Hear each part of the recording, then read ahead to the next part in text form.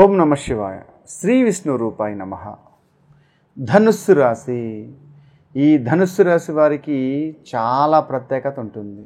అయితే ధనుస్సు రాశి వారికి వాళ్ళ జీవితంలో ఏమైనా అప్పులు ఉంటే నేనైతే ఉండకూడదనే కోరుకుంటున్నాను.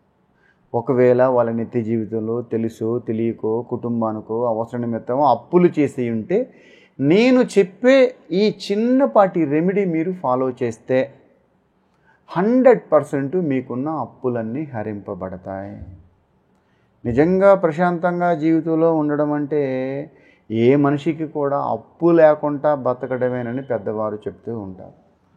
సరే, వాళ్ళ జీవితంలో అవసర నిమిత్తమో కుటుంబానికో ఫ్రెండ్కో ఇంకో దానికో అవసర నిమిత్తమో చాలామంది అప్పు చేస్తూ ఉంటారు.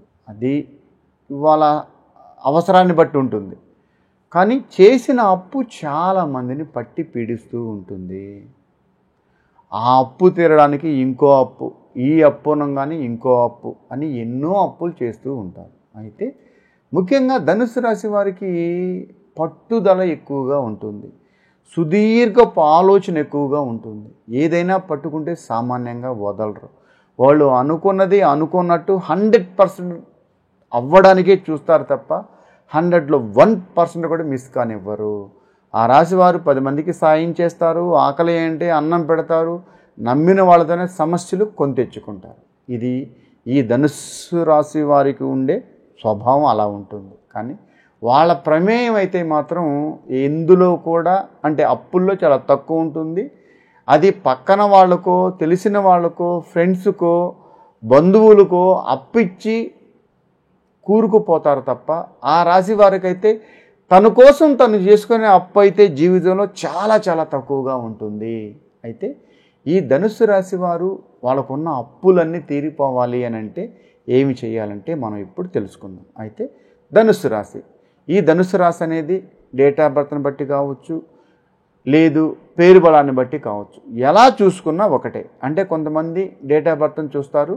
Date of birth, time, place of birth చూసిన తర్వాత ఆ రాశిని పరిగణలో తీసుకొని అలా ముందుకెళ్తారు. కొంతమంది డేట్ ఆఫ్ బర్త్ లేదు, పేరు బలాన్ని బట్టే చూస్తారు. వాళ్ళకి ధనుస్సు రాశి వస్తుంది, వాళ్ళు దాన్ని బట్టే చూస్తారు. ఎలా చూసినా పర్వాలేదు. ధనుస్సు రాశి వారు మీరు ఏం చేయాలి అని అంటే ఇది చెయ్యవలసింది మనం కేవలం నెలలో 2 రోజులు మాత్రమే. ఈ రాశి వారు చాలా ప్రత్యేకమైన వారు. అయితే ఈ పూజ చేయాలి అంటే 1 అమావాస్య, 2 పౌర్ణమి. ఈ పూజ మొదలు పెట్టాలి అంటే ముఖ్యంగా అమావాస్య నాడు మొదలు పెడితే చాలా మంచిది. తర్వాత పౌర్ణమి.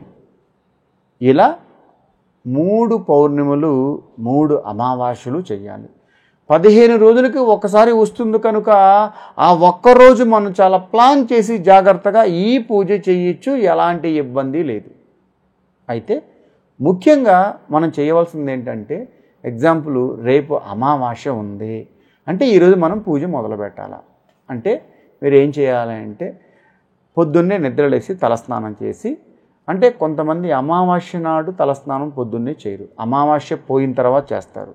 అలాంటి వాళ్ళు అమావాస్య పోయిన తర్వాత ఈ పూజ చేయండి. అలాంటి పట్టింపులు లేని వాళ్ళు, అంటే ఇది కేవలం మనకున్న అప్పులు తీరడం కోసమే చేస్తున్నాం తప్ప అమావాస్య పూజకి సంబంధించింది అయితే మాత్రం కాదు. సో మనం ఈ పూజకి సంబంధించింది మనకున్న అప్పులు తీరిపోవాలి అంటే అమావాస్య ఈరోజు అయితే అది ఈరోజు పొద్దున్నే ఉండి, మధ్యాహ్నం ఉండి, సాయంత్రం ఉండి, తిది ఏ టైంలోనే ఉండి మనకి ఎలాంటి ఇబ్బంది లేదు. కానీ ఈరోజు అమావాస్య అని అంటే మనం ఈరోజు పొద్దున్నే నిద్రలేసి తలస్నానం ఆచరించి ఒక బ్లాక్ కలర్ డ్రెస్ కాకుండా మిగతా ఏ కలర్ డ్రెస్ అనే మీరు ధరించవచ్చు. ముందుగా మీరు చేయవలసింది ఏంటంటే 21 పువ్వు ఉన్న లవంగాలు తెచ్చిపెట్టుకోవాలి. 21. ఇందులో తక్కువ ఉండకూడదు, ఇందులో అలాగని ఎక్కువ ఉండకూడదు. 21 పువ్వు ఉన్న లవంగం తెచ్చిపెట్టుకొని అలాగే ఒక చిన్నపాటి ప్రమిదలో ఆవు నెయ్యి పోసి 2 ఒత్తులు కలిపి ఒక ఒత్తుగా పెట్టుకోవాలి.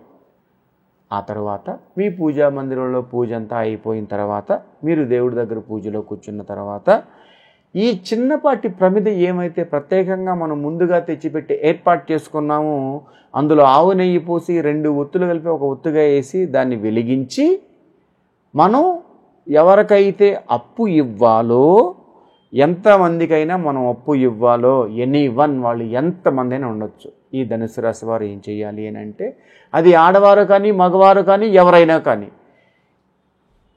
ఒక పువ్వు ఉన్న లవంగం తీసుకొని వాళ్ళు వాళ్ళ చేతిలో పట్టుకొని, చేతిలో అంటే ఈ ఉంగరం వేలు, ఈ బొటన వేలు, ఈ ఉంగరం వేలు బొటన వేలు ఇలా పట్టుకొని ఆ పువ్వు ఉన్న లవంగాన్ని వాళ్ళు ప్రత్యేకంగా వెలిగించుకున్న దీపానికి మాత్రమే దాన్ని కాల్చేసేయాలి.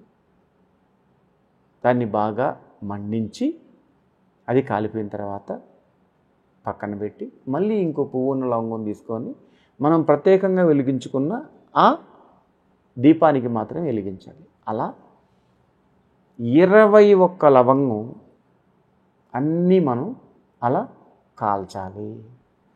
అవన్నీ కాలిపోయిన తర్వాత ఆ దీపాన్ని అలాగే ఉంచుకోవచ్చు. ఎందుకని?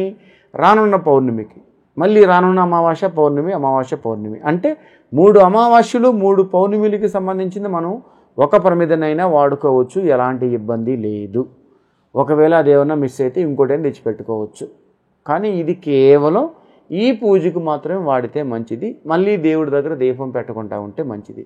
కేవలం అమావాస్య పౌర్ణమిలప్పుడు మాత్రమే ఈ పూజకి సంబంధించింది. ఈ 3 అమావాస్యలు పౌర్ణమిలు అయ్యేంత వరకు ఈ యొక్క ప్రమిదలో ఆవు నెయ్యి పోసి 2 ఒత్తులు కలిపి ఒక ఒత్తుగా వేసి ప్రతి అమావాస్య పౌర్ణమికి 21 లవంగం మీరు కాల్చి అది పడేయాలి. అలా కాల్చేసిన 21 లవంగాన్ని పౌడర్ని ఏం చేయాలి గురువుగారు? మీరు పడేయచ్చు. మనం దేవుడి నిర్మాలను తీసి అలా పడేస్తాం, డస్ట్బిన్లో పడేయచ్చు. అలా ఈ ధనుస్సు రాశి వారికి ఎలాంటి అప్పు ఏది ఉండకూడదు అని అంటే, ప్రతి అమావాస్య పౌర్ణమిలకి 3 అమావాస్యలు 3 పౌర్ణమిలు అలాగే 21 లవంగాన్ని కాల్చి మీరు మాకు ఎలాంటి అప్పు ఉండకూడదు, మేము సుఖ సంతోషాలతో ధనధాన్యాలతో సిరి సంపదలతో సంతోషంగా ఉండాలి అని ఆ భగవంతుడిని కోరుకొని అలా కాల్చి పడేయండి. కృష్ణార్పణం. మంచిది. మళ్ళీ దేవుడి దగ్గర దీపం పెట్టకుండా ఉంటే మంచిది. కేవలం అమావాస్య పౌర్ణమిలప్పుడు మాత్రమే ఈ పూజకి సంబంధించింది. ఈ 3 అమావాస్యలు పౌర్ణమిలు అయ్యేంత వరకు ఈ యొక్క ప్రమిదలో ఆవు నెయ్యి పోసి 2 ఒత్తులు కలిపి ఒక ఒత్తుగా వేసి ప్రతి అమావాస్య పౌర్ణమికి 21 లవంగం మీరు కాల్చి అది పడేయాలి. అలా కాల్చేసిన 21 లవంగాన్ని పౌడర్ని ఏం చేయాలి గురువుగారు? మీరు పడేయచ్చు. మనం దేవుడి నిర్మాలను తీసి అలా పడేస్తాం, డస్ట్బిన్లో పడేయచ్చు. అలా ఈ ధనుస్సు రాశి వారికి ఎలాంటి అప్పు ఏది ఉండకూడదు అని అంటే, ప్రతి అమావాస్య పౌర్ణమిలకి 3 అమావాస్యలు 3 పౌర్ణమిలు అలాగే 21 లవంగాన్ని కాల్చి మీరు మాకు ఎలాంటి అప్పు ఉండకూడదు, మేము సుఖ సంతోషాలతో ధనధాన్యాలతో సిరి సంపదలతో సంతోషంగా ఉండాలి అని ఆ భగవంతుడిని కోరుకొని అలా కాల్చి పడేయండి. కృష్ణార్పణం.